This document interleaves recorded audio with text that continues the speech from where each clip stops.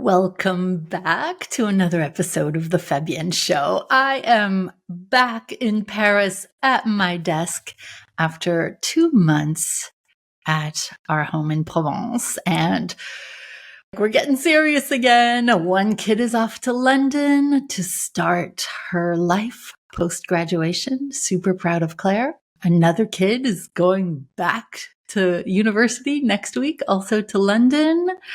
I am here enjoying Paris with a little bit of crispness in the air. I am missing my Provence, but I will be back there in 2 weeks to welcome ladies of the Delicious Life Retreat who are coming to spend a week with me to map out their next big move professionally, personally, really to investigate what it means for them to have it all. It's different for everybody, to reverse engineer the most pleasurable life, the most prosperous life, the most impactful life, getting their needs met, all that good stuff in Provence, at my home, at their farmhouse that I've rented, all of that to say that that's happening in 2 weeks. If you are curious about spending a week with me in Provence next year, in June, we've selected the dates. It's June 16th to the 20th. And you can go to retreat.boldheart.com/Provence. I'm going to link this in the show notes so that you can check it out. If it speaks to you, join me, reserve your spot. I know a lot of people are thinking about coming in June, so I would be delighted. Today, we are talking about imposter syndrome. I was having a chat with a wonderful young person in my life just the other day, and we were sitting on my sofa, and she said, "What do you do with imposter syndrome, Fabienne? Have you ever felt it?" And I said, "Of course. I still feel it all the time." She said, "I'm feeling it big time right now as I'm stepping into a new version of my career and my personal life. I feel like it's debilitating," she said to me. I said, "Why don't I do a podcast episode about it?" Because this comes up all the time with the women in Bold Heart, the Bold Heart Business Program, and even just among friends.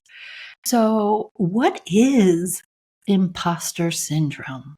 The way I look at it, you may know that I've coached thousands of women, and this comes up a lot. I have a belief, an inkling as to why it happens a lot. But we'll start with this feeling that you are a fraud, or that you're not good enough, or that you don't have what it takes to do something, or perhaps you've experienced some really big result in your business, and maybe you feel unworthy, or feeling, "Oh, this is just a fluke. It's not going to last." I want you to think about, as you're listening to my words, what areas of your life, what areas of your business, maybe some relationships that you're in, are you feeling like this can't be, or I'm not worthy enough or qualified or equipped enough to experience that thing that deep down in my heart I do want?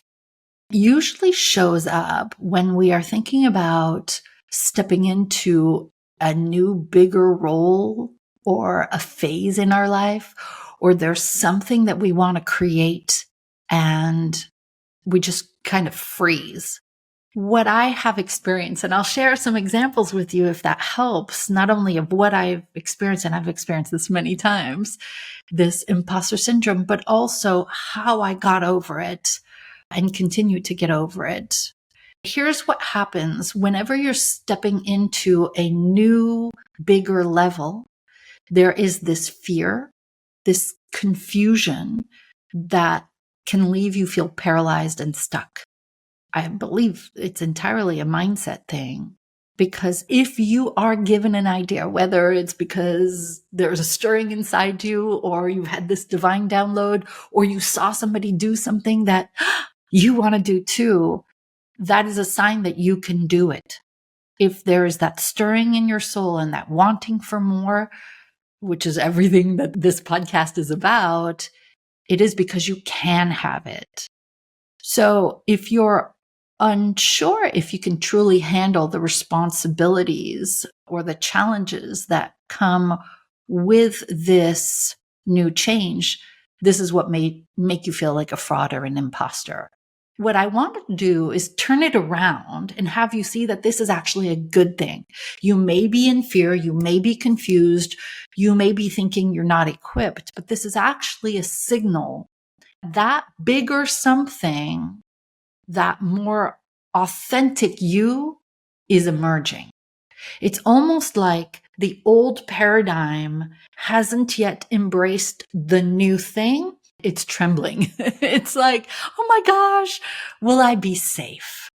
And it will trigger, it's the ego triggering you to stay small.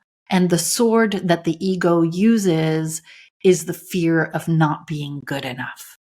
I want to share with you a couple of different examples of what's happened to me around imposter syndrome. I remember the first time that I experienced it in a really big way was in 2007. I had decided at the time to stop offering private coaching, which I'd been offering for 7 years, and to offer only programs.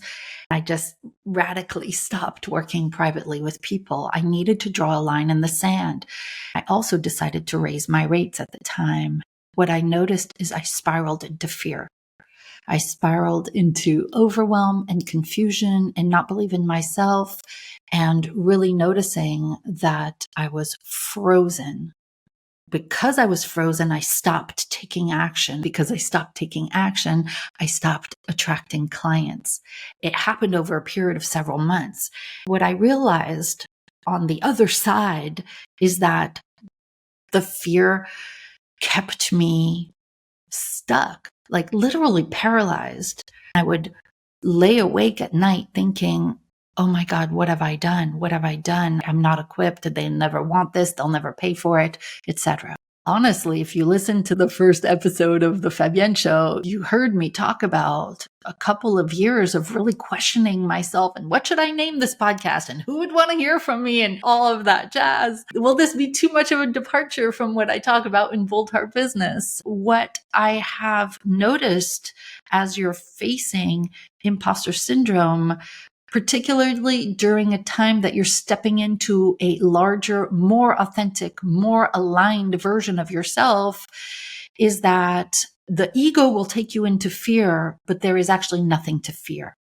If you acknowledge and embrace that it is actually a validation, the fear, the confusion is a validation that you're going in the right direction, you can feel better about doing so. This is what happened to me.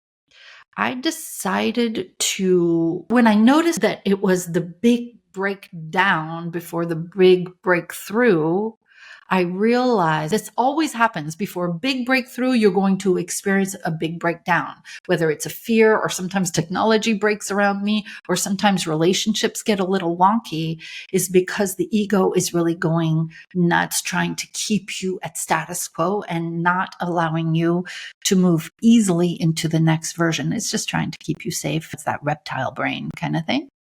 The thing that I did to move me to the next level is to recognize that the breakdown was a really good sign, and to hang on and to keep going and to embrace being uncomfortable. Understanding that period of discomfort, the more you surrender to it as opposed to resisting it, the more you will move quickly to the breakthrough. Instead of having the imposter syndrome keep us small, questioning our abilities and holding ourselves back from doing what we dream of, this is a time of embracing what you have been able to accomplish in the past.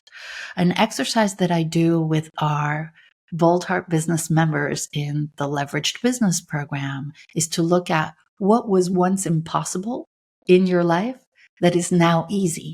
Actually making a list of this. Go back all the way to the beginning of your life. There was a point at which I could not write my name on a piece of paper. Same with you. It seemed impossible to take this black pen and write the letters Fabienne. But here's what my father did. He took a yellow pen and he wrote the letters Fabienne on a piece of paper. Then he gave me the black pen and he had me go over those letters. Lo and behold, within a couple of minutes, I had written my name by myself. Same with you. Back then, that seemed impossible. And of course, now it's easy. I remember when I didn't think that I could tie my own shoes. It seemed impossible. Now, of course, it's easy. Or riding a bike without the training wheels, or getting out of some relationships that weren't good for me, or learning English because English is my second language, or fitting in with a group of friends, or leaving corporate and having my own business, or making more than $65,000 a year, or eventually breaking the $1 million revenue mark in my business and then multiplying that. All of those things at one point seemed impossible, but now it's just part of the new normal.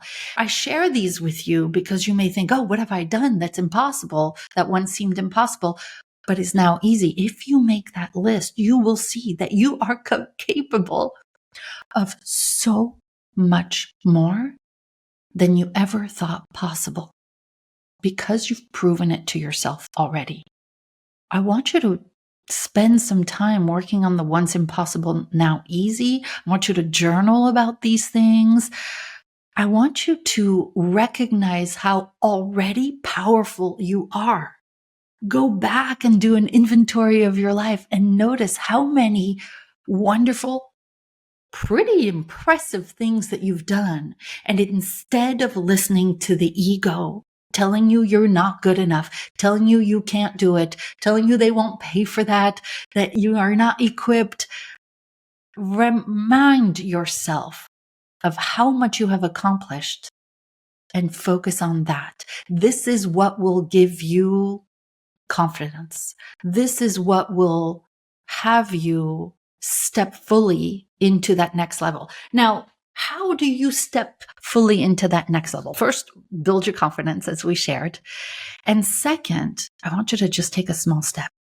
For me, for this podcast, I got accountability and I joined a program that helped me accelerate getting this podcast going. I surrounded myself with other people. I got a mentor. I got a community of other people doing it. I understood that left to my own devices, which is what I teach, left to your own devices, you will talk yourself out of doing that big thing. So start talking to people about your dreams, but people who are safe, not somebody who's going to talk you out of doing that thing that you want to do because they're scared and feeling unequipped in their own lives. This is why I believe in getting myself mentors in situations like that. I feel like you should do too, right? But I want you to start exploring what's the big next step for you, whether it's that new project, that shift in your business, that big, bold move or movement you want to create or make. What is that next big, exciting / scary approach to life? And start something. It doesn't have to be a big step. It could be, for me, it was like finding the name of the podcast before I even did the description, before I even knew where I was going to host it and all that jazz. One small step at a time. Again, I invite you to seek guidance wherever you can. Find yourself a mentor, find yourself a mastermind, find yourself a community. It is the fastest way I know to overcome imposter syndrome. Get yourself in a membership. You can reach out to me for support. I would be delighted to help if I can be of help for you. Just remember that you are not alone. When I've experienced imposter syndrome or felt that I was unequipped to do that next big thing, every time I thought that I was alone until I start talking to other people and secretly they're feeling that way too. By the way, as I was telling this young woman the other day, I've witnessed that a lot of men don't talk about imposter syndrome or feeling like a fraud. I think it is, in one way or another, we women are socialized to doubt ourselves, to stay small. I'm not blaming anybody. I'm just saying what I feel, right? We're socialized to stay small, to question ourselves, to doubt ourselves, to not feel like big, bold moves are something that we can do. And I just don't believe that that's the case. If you think that about the fact that women are creators, like we create life. There's nothing bigger and bolder than creating a life and sustaining a life on your own. Ooh, little tears just came into my eyes, right? Even if you have not yet created life or you have no interest in creating a life, you're built for it. You can do so much bigger things than perhaps you have allowed yourself to think that you can. You are incredibly powerful. Stepping into this next big level, whatever it is, whether it's in your business, in your life, in raising your standards, in your relationships.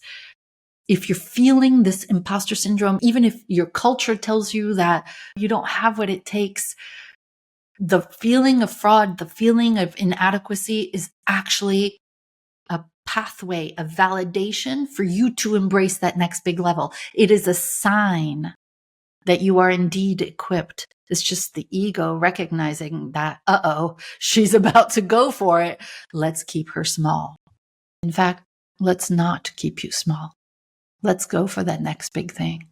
Let's reach for that next big level. You are way more powerful than you think. Oh, you are way more powerful than you think. Go for it. Go for it.